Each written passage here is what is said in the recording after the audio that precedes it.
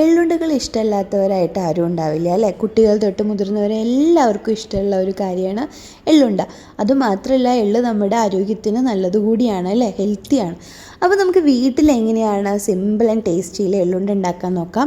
അതിന് ഒരുപാട് സാധനങ്ങളൊന്നും ആവശ്യമില്ല. നമുക്ക് എള്ളും ശർക്കരയും മാത്രം ഉണ്ടായാൽ മതി കേട്ടോ. അപ്പോൾ നമുക്ക് എങ്ങനെ ഉണ്ടാക്കാം? അപ്പോൾ നമ്മൾ 500 ഗ്രാം എള്ളെടുത്തു, 250 ഗ്രാം ശർക്കര എടുത്തു. അപ്പോൾ ചൂടായ പാനിലേക്ക് എള്ളിട്ടിട്ട് നന്നായിട്ടൊന്ന് വറുത്തെടുക്കണം. പിന്നെ നമ്മൾ 250 ഗ്രാം ശർക്കര എടുത്ത് അതൊന്ന് ഉരുക്കിയെടുക്കണം. അപ്പോൾ അത് ഉരുകിക്കൊണ്ടിരിക്കുകയാണ് കേട്ടോ, മെൽട്ടായിക്കൊണ്ടിരിക്കുകയാണ്.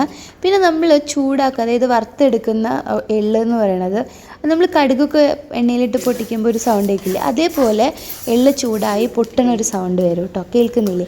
ഈ ഇതിൽ ആണ് നമ്മൾ ഓഫ് ചെയ്യേണ്ടത്. എന്നിട്ട് ഈ ഇതിലേക്കാണ് നമ്മൾ ശർക്കര ഉരുക്കിയത് ഒഴിക്കണം.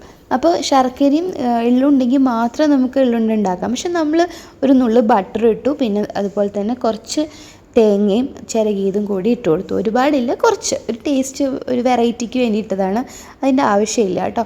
എന്നിട്ട് നമ്മളിത് കാത്തിരിക്കരുത്, കാരണം അപ്പോഴേക്കും പിന്നെ അത് ഉരുട്ടാൻ പറ്റില്ല. അപ്പോൾ നമ്മൾ ഒരു ഇളം ചൂടിൽ തന്നെ നമ്മൾ ഉരുട്ടി നോക്കണം.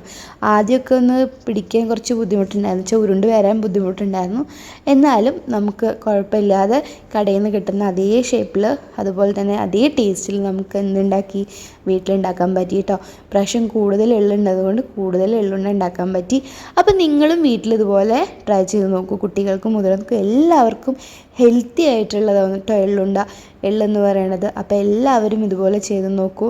ടേസ്റ്റാണ്, സിമ്പിളാണ് കേട്ടോ. അപ്പോൾ വീഡിയോ ഇഷ്ടപ്പെട്ടു എന്ന് വിചാരിക്കുന്നു.